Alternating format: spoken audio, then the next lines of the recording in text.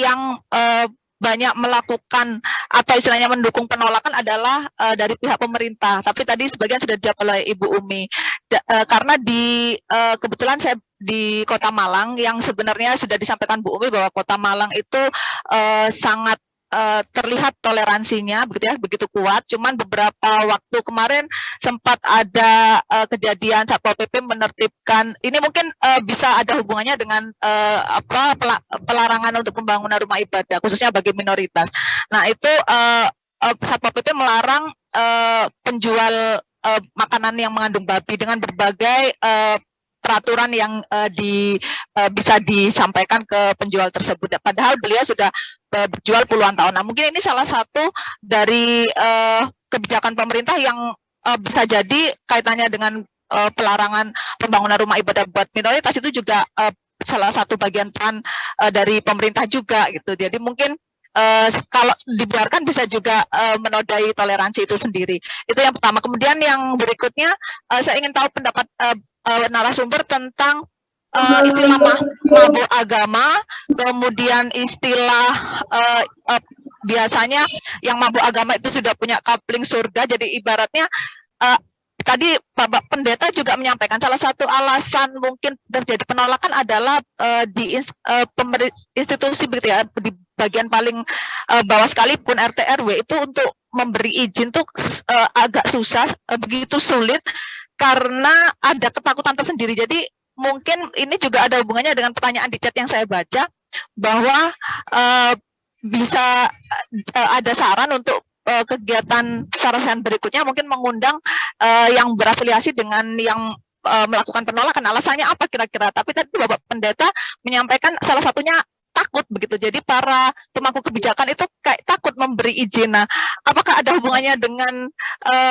mabuk agama kemudian imannya yang begitu rapuh sehingga takut jika ada rumah ibadah umat lain di sekitar mayoritas yang ada di lingkungan itu kemudian iman jadi berkurang dan sebagainya. Dan ini juga peran para ulama begitu ya, yang akhir-akhir ini banyak yang terlalu fanatik itu tadi. Itu aja mungkin bagaimana pendapat narasumber. Terima kasih. Assalamualaikum. Wow, kalau ibadah aja dilarang dan di situ ada pemerintah termasuk polisi, nah ini gawat sekali, ya kan?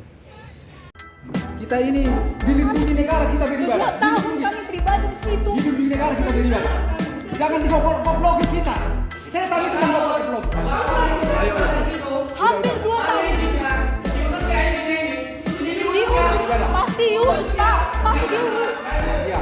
Kami tangkap ya berkenaan dengan ketakutan dari institusi yang semestinya mengeluarkan izin, apakah ini berhubungan dengan sebenarnya isu sosial atau karena ada tekanan sosial atau lebih kepada urusan pribadi yang lebih kepada fanatisme agama yang berlebihan.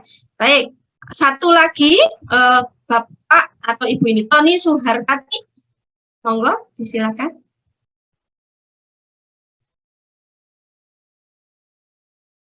Ibu Tony Suhartati, disilakan, monggo. Terima kasih atas waktunya.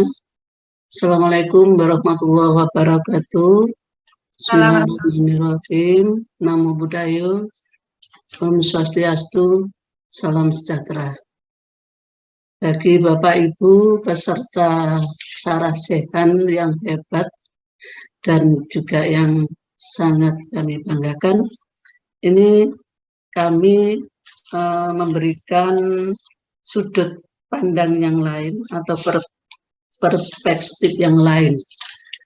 Tapi kami mohon, apakah dibolehkan kami membacakan sebuah puisi, bukan pantun, Bapak Ibu? Kalau pendek barangkali Ibu, atau ini kan sesi tanya jawab Ibu ya? Oh iya, ini ada hubungannya. Ada hubungannya. Oke, bentar aja.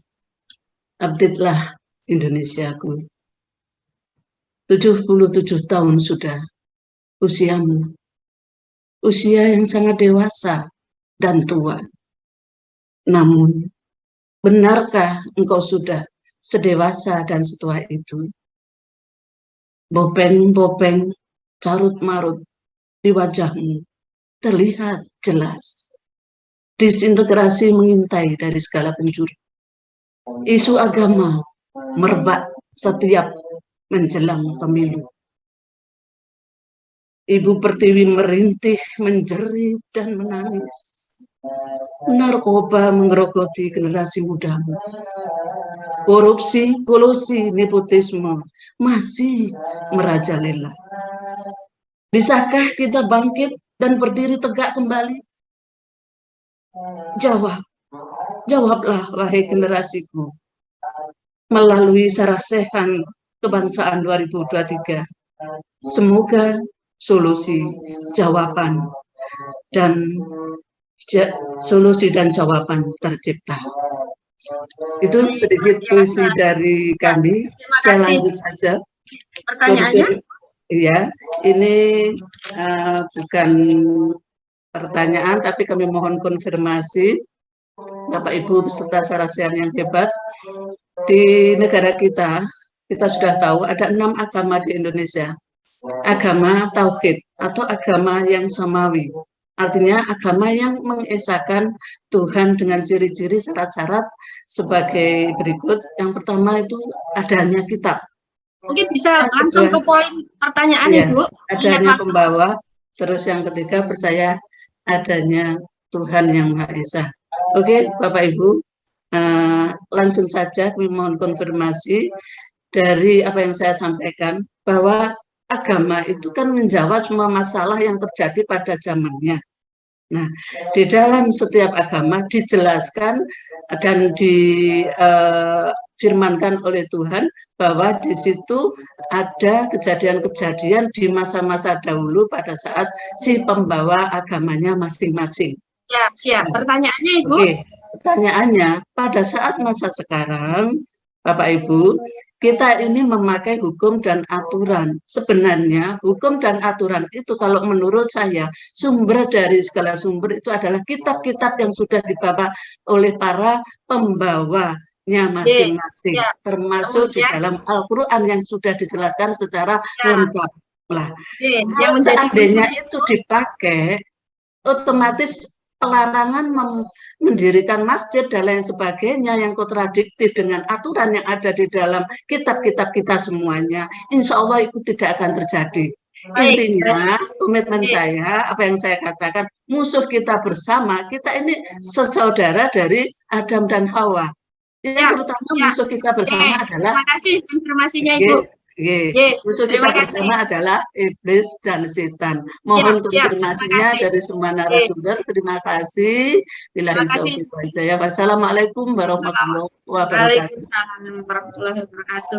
Baik, jadi ada 3 pertanyaan Bapak Suratmo tadi terkait toleransi sebenarnya sudah dipraktekkan, namun sekarang itu mulai muncul intoleransi gitu ya. Kiat untuk menyadarkan masyarakat tentang toleransi itu bagaimana, kemudian tanggung jawab siapa, dan salah satu jawabannya tadi sebenarnya sudah ada disampaikan oleh Ibu Toni Soehartati bahwa kalau kita melakukan agama dengan sebenar-benarnya, maka insya Allah intoleransi tidak akan muncul. Kemudian yang kedua dari Ibu Rudita Agnes tadi, ya, berkenaan dengan aparat yang tidak berani untuk memberikan rekomendasi atau menandatangani. Nah, itu berhubungan sebenarnya dengan isu sosial atau karena tekanan masyarakat atau lebih kepada karena mabuk agama. Baik, untuk yang pertama tentang kiat menyadarkan masyarakat berkenaan dengan toleransi dan tanggung jawab siapa, mohon izin Ibu Umi karena beliau berlatar belakang dari pendidikan, ya. Ibu Dr. Umi Salama.